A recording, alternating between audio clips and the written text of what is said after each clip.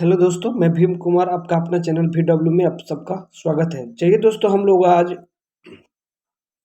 Fluid pressure test objective question है उसको discussion करेंगे, जो आपके तरल दाब के किसके बारे में भाई, तरल दाब से जो चैप्टर है उससे पूछे जाने वाला विभिन्न एग्जामों में VVI ऑब्जेक्टिव क्वेश्चन हम लोग यहाँ लेकर आए हैं, जिसको हम लोग यहाँ उसका डिस्कशन करेंगे।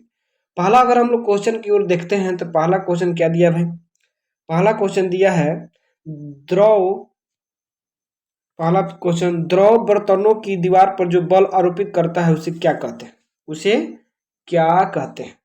अगर देखा जाए घर्षण बल पहला ऑप्शन, दूसरा प्लावन बल, प्रणोद बल, इनमें से कोई। हम लोग जानते हैं जो द्रव बर्तन के या कंटेनर के चारों तरफ जो बल आरोपित करता है उससे हम लोग कहते हैं प्रणोद बल, तो ऑप्शन नंबर सी करेक्ट होगा। नेक्स्ट क्वेश्चन अगर हम लोग दूसरा देखें, यदि कोई द्रव ए क्षेत्रफल पर एक समान रूप से एफ बल आरोपित कर रहा हो तो दाब होगा। तो यहाँ हम लोग देखें F by A by F A, या इनमें से कोई नहीं। तो हम लोग जानते हैं जो दाब होता है, दाब equal to P upon F by A होता है। तो ऑप्शन नंबर आपका क्या होगा, ए करेक्ट होगा, एफ बाई ए होगा। Force per area, force per area, option number 2 का ए सही होगा। नेक्स्ट क्वेश्चन देखिए, दाब का मात्रक सीजीएस पद्धति में होता है। दाब का मात्रक सीजीएस पद्धति में क्या होता है, तो इसका सीजीएस पद्धति में होता है भाई, अगर हम ऑप्शन देखिए तो ऑप्शन पहला डाइन पर सेंटीमीटर स्क्वायर, न्यूटन पर मीटर स्क्वायर, पास्कल, इनमें से कोई नहीं। तो अगर हम सीजीएस में देखें तो यह डाइन पर सेंटीमीटर स्क्वायर होता है, तो ऑप्शन नंबर 3 का ए करेक्ट होगा। नेक्स्ट क्वेश्चन हम चौथा क्वेश्चन देखें। चौथा क्वेश्चन क्या भाई, दाब का एमकेएस पद्धति में मात्रक होता है। दाब का एमकेएस पद्धति में मात्रक होता है। तो यहाँ देखिए पहला ऑप्शन क्या है भाई, पहला से न्यूटन पर मीटर स्क्वायर, मीटर पर सेकेंड, मीटर पर सेकेंड स्क्वायर, मीटर स्क्वायर। तो हम लोग जानते हैं दाब का एमकेएस पद्धति में क्या होगा भाई, तो यहाँ चौथा का क्या होगा भाई, न्यूटन पर मीटर स्क्वायर, न्यूटन पर मीटर स्क्वायर होगा, ऑप्शन नंबर ए करेक्ट होगा।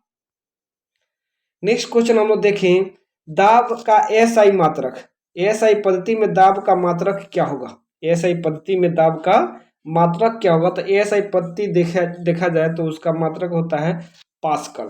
क्या होता है भाई, एसआई पद्धति में दाब का मात्रक क्या होता है, पास्कल होता है। तो ऑप्शन नंबर आपका क्या होगा भाई, सी करेक्ट होगा। नेक्स्ट क्वेश्चन हम देखें, दाब कौन सी राशि है, दाब कौन सी राशि है, इसमें अदिश राशि, सदिश राशि, दोनों, इनमें से कोई नहीं। तो हम लोग जानते हैं दाब क्या भाई, एक अदिश राशि है। दाब क्या भाई, एक अदिश राशि है, स्केलर क्वांटिटी है, तो ऑप्शन नंबर ए करेक्ट होगा, छठा का। 7 नंबर क्वेश्चन हम लोग देखें, इसमें दिया है स्थिर अवस्था में द्रव दीवार पर आरोपित दाब दीवार के दिशा में होता है, तो समानांतर, लंबवत, संरेख, कोई नहीं। तो यहाँ देखा जाए तो वह क्या होता है भाई, लंबवत होता है। हमेशा बल जो आरोपित होता है दीवार पर, जैसे यह कंटेनर होता है तो लगने वाला बल हमेशा क्या होता है भाई, लंबवत होता है, दीवार के लंबवत। तो ऑप्शन नंबर आपका क्या होगा, बी करेक्ट होगा, 7 का। नेक्स्ट क्वेश्चन हम देखें, यदि कोई द्रव संतुलन अवस्था में है तो उसके प्रत्येक बिंदु पर दाब होता है, तो उसके प्रत्येक बिंदु पर दाब होता है, एक समान, असमान, विपरीत, कोई नहीं, एक समान, असमान, विपरीत, कोई नहीं। तो अगर संतुलित अवस्था में इस पर दाब क्या होता है भाई, एक समान होता है। संतुलित अवस्था में देखा जाए तो प्रत्येक बिंदु पर अगर जल में कोई बहाव नहीं हो तो उस कंडीशन में द्रव का चाल क्या होगा, प्रत्येक बिंदु पर लगने वाला दाब का मान क्या होगा, एक समान होगा। तो 8 का ऑप्शन नंबर क्या होगा, ए करेक्ट होगा।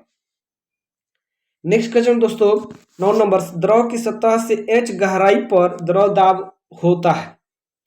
तो h गहराई हो तो दाब वहाँ क्या होता है भाई, इसका ऑप्शन के थ्रू हम लोग देखें दाब क्या होता है। यहाँ हम लोग देखें तो P इक्वल टू एच रो जी होता है, एच रो जी होता है। तो इसमें ऑप्शन नंबर 9 का क्या होगा, ए करेक्ट होगा, 9 का ऑप्शन नंबर ए करेक्ट होगा।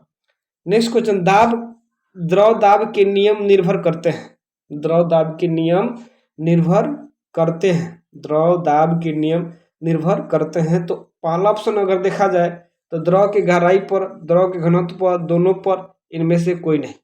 तो अगर द्रव दाब के नियम देखा जाए यहाँ तो वह द्रव की गहराई तथा द्रव की घनत्व दोनों पर निर्भर करता है। जैसे हम लोग फॉर्मूला देखें, एच रो जी, एच रो, तो यहाँ द्रव की गहराई भी और द्रव की घनत्व तो दोनों पर निर्भर करेगा। तो ऑप्शन नंबर इसके लिए कितना होगा भाई? इसके लिए ऑप्शन नंबर 10 का सी करेक्ट होगा, दोनों पर। 11 नंबर क्वेश्चन अगर हम देखें, जब कोई वस्तु किसी द्रव में डूब जाती है तो द्रव उस पर ऊपर की ओर एक बल आरोपित करता है, उसे कहते हैं। तो जब भी कोई वस्तु द्रव के अंदर डूबती है तो ऊपर की ओर एक बल आरोपित करता है, तो उसको हम लोग कहते हैं उत्प्लावन बल, बुयांसी फोर्स कहा जाता है। क्या कहा जाता है भाई? बुयांसी फोर्स कहा जाता है, जो द्रव मतलब द्रव के अंदर लगता है। तो उत्प्लावन बल हमेशा किधर कार्य करता है भाई? जल के अंदर। कहाँ कार्य करता है? द्रव के अंदर कार्य करता है, तो उसे हम लोग बुयांसी फोर्स या उत्प्लावन बल कहते हैं। तो ऑप्शन नंबर 11 का क्या होगा? बी करेक्ट होगा। नेक्स्ट क्वेश्चन हम लोग देखें, 12 नंबर, लकड़ी का टुकड़ा पानी में पूर्णतः डूबकर छोड़ देने पर स्वतः ही पानी की सतह पर आकर तैरने लगता है, क्योंकि उस पर उत्प्लावन बल का मान से अधिक हो जाता है। तो अगर देखा जाए तो यहाँ आपका क्वेश्चन जो 12 नंबर हम लोग देखें, तो यहाँ 12 नंबर का क्या होगा भाई? गुरुत्वाकर्षण बल से क्या होता है भाई? अधिक हो जाता है। गुरुत्वाकर्षण बल से क्या होता है भाई? अधिक होता है, जिसके कारण वस्तु पानी की सतह पर आकर ऊपर तैरना शुरू हो जाता है। वहाँ गुरुत्वाकर्षण बल का मान क्या हो जाता है? कम हो जाता है। कहाँ भाई? पानी के अंदर। तो ऑप्शन नंबर ए करेक्ट होगा। नेक्स्ट क्वेश्चन 13 नंबर हम लोग क्वेश्चन देखिए, लोहे के टुकड़े, लोहे का टुकड़ा पानी में डूबने पर ऊपर नहीं आता है तथा छोड़ देने पर पानी में डूब जाता है, क्योंकि उस पर गुरुत्वीय बल का मान बल से अधिक होगा। तो उत्प्लावन बल से क्या होता है भाई? उत्प्लावन बल से अधिक होता है। क्या होता है भाई? उत्प्लावन बल से अधिक होता है। तो ऑप्शन नंबर 13 क्या होगा? ये करेक्ट होगा, क्योंकि वस्तु लोहे पर गुरुत्वाकर्षण बल का मान अधिक लगता है, जबकि उत्प्लावन बल का मान कम लगता है। तो इसलिए वो कहाँ चला जाता है भाई? नीचे तली में आकर बैठ जाता है। जैसे यहाँ हम लोग पानी अगर देखा जाए तो आकर बर्तन लोहा कहाँ नीचे बढ़ जाएगा? नीचे, क्योंकि उस पर लगने वाला गुरुत्वाकर्षण बल का मान उत्प्लावन बल के मान से क्या होगा? अधिक होगा। तो ऑप्शन नंबर 13 का ए करेक्ट होगा। जब किसी द्रव में किसी पिंड को डुबोने पर उसके भार में कमी पिंड के द्रव विस्थापित द्रव के बराबर होता है, तो वो क्या होगा भाई? तो उसमें अगर देखा जाए 14 का, तो आयतन के बराबर, किसके बराबर होगा भाई? आयतन के, विस्थापित द्रव के आयतन के बराबर होती है। तो ऑप्शन नंबर 14 का ए करेक्ट होगा। किसी पिंड का हवा में भार W तथा पिंड का द्रव में भार W2 हो तो पिंड का आयतन ज्ञात कीजिए। तो पिंड का आयतन ज्ञात करने के लिए हम लोग फॉर्मूला लगाते हैं W1 माइनस W2 अपन क्या होगा भाई? यहाँ आयतन ज्ञात करना है तो Pg होगा। क्या होगा भाई? Pg। तो 15 का ऑप्शन नंबर ए करेक्ट होगा। फॉर्मूला V इक्वल टू क्या होता है भाई? V इक्वल टू हम लोग लगाए हैं तो W1 माइनस W2 अपन P और G। तो इस तरह से फॉर्मूला लगा, तो ऑप्शन नंबर 15 क्या होगा? ए करेक्ट होगा। नेक्स्ट क्वेश्चन में देखें 16 नंबर, किसी पिंड के पदार्थ का जल के सापेक्ष अपेक्षित घनत्व होगा। अपेक्षित घनत्व हम लोग देखें तो क्या होगा भाई? अपेक्षित घनत्व निकालने के लिए ω1 by ω2 minus ω2, ω1 minus ω2, B option देखा जाए तो बी में क्या है? ω2 upon ω1 minus ω2, ω1 minus ω2 upon ω1, ω1 into ω2। तो 16 नंबर का ऑप्शन नंबर आपका क्या होगा भाई? ए करेक्ट होगा। 17 नंबर अगर क्वेश्चन में देखें, 17, जब वस्तु द्रव में डूब जाती है तो ऐसी वस्तु के पदार्थ का घनत्व द्रव के घनत्व से होता है। तो डूब जाती है तो क्या होगा भाई? अधिक होता है, कम होता है, बराबर होता है, कोई नहीं। 17 नंबर का क्या होगा भाई? 17 नंबर का क्या होगा? अधिक होता है। तो ऑप्शन नंबर ए करेक्ट होगा। जब वस्तु द्रव में पूर्णतः डूबी हुई द्रव की सतह के नीचे तैरती रहती है, यदि वस्तु खोखली ना हो तो द्रव वस्तु के पदार्थ का घनत्व द्रव के घनत्व की क्या होता है भाई? बराबर होता है। तो 18 नंबर का भी क्या होगा? ए होगा। 18 नंबर का क्या होगा भाई? ए होगा। तो ऑप्शन नंबर यहाँ ए होगा, क्योंकि वस्तु का घनत्व और द्रव का घनत्व दोनों का क्या होगा? उस समय बराबर होगा जब वो क्या होगी? द्रव के ऊपरी सतह पर आकर एक साथ तैरेगी। तो ऑप्शन नंबर क्या होगा? ए करेक्ट होगा। 19 नंबर क्वेश्चन हम लोग देखिए, जब वस्तु द्रव में आंशिक रूप से डूबी हुई तैरती रहती है, यदि खोखले ना हो तो उसके पदार्थ घनत्व द्रव के घनत्व क्या होगा? 19 नंबर का क्या होगा भाई? ए होगा, कम होता है। क्या होता है भाई? कम होता है, तो ए ऑप्शन करेक्ट होगा। नली में पारे के स्तंभ की ऊर्ध्वाधर ऊंचाई वायुमंडलीय दाब को व्यक्त करती है। समुद्र तल से ऊंचाई कितनी होती है भाई? समुद्र तल से ऊंचाई कितनी होती है? 76 सेंटीमीटर। तो ऑप्शन नंबर 20 का ए करेक्ट होगा। 20 का ऑप्शन नंबर ए करेक्ट होगा। अगर मीटर में देखा जाए तो यहाँ ई 0.7 सेंटीमीटर भी होगा, तो ऑप्शन ए और बी दोनों होगा, तो ऑप्शन हम लोग सी क्या होगा? करेक्ट होगा। तो ए और बी दोनों। पृथ्वी तल से कितनी ऊपर जाने पर बैरोमीटर का पठांक 1 सेंटीमीटर गिर जाता है?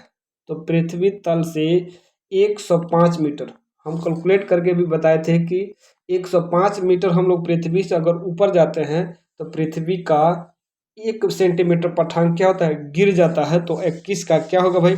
21 का इसमें देखा जाए तो कितना है? सेंटीमीटर देख लो, दोनों में मात्रक हम लोग देखें, मीटर तथा सेंटीमीटर, तो ए तथा सी दोनों होगा। ऑप्शन नंबर सी करेक्ट होगा। 22 नंबर क्वेश्चन देखिए, पृथ्वी के समीप समुद्र तल से कितनी ऊंचाई पर वायुमंडलीय दाब 1 सेंटीमीटर कम हो जाती है भाई? तो उसमें कितनी सेंटीमीटर भाई? 100 कितने सेंटीमीटर? तो यहाँ 22 का ऑप्शन नंबर क्या हो जाएगा? ए करेक्ट होगा। 110 मीटर। कितना मीटर भाई? 110 मीटर पर क्या हो जाता है? कम हो जाता है। तो 22 का ये ऑप्शन करेक्ट होगा। जल का घनत्व होता है, अगर जल का घनत्व देखा जाए तो हर कोई पूछता है कि वाटर की डेंसिटी कितनी होती है? तो वाटर की डेंसिटी 1 × 10⁻³ kg पर मीटर क्यूब होता है। kg पर मीटर क्यूब होता है। तो आप भी याद रखिए, बहुत सारे एग्जामों में पूछ लिया जाता है कि जल का घनत्व होता है। तो ऑप्शन नंबर 23 का क्या होगा? ए करेक्ट होगा। अब 23 का ऑप्शन नंबर क्या होगा? ए करेक्ट होगा। नेक्स्ट क्वेश्चन हम देखें, ताप बढ़ने पर वायु का घनत्व हो जाता है।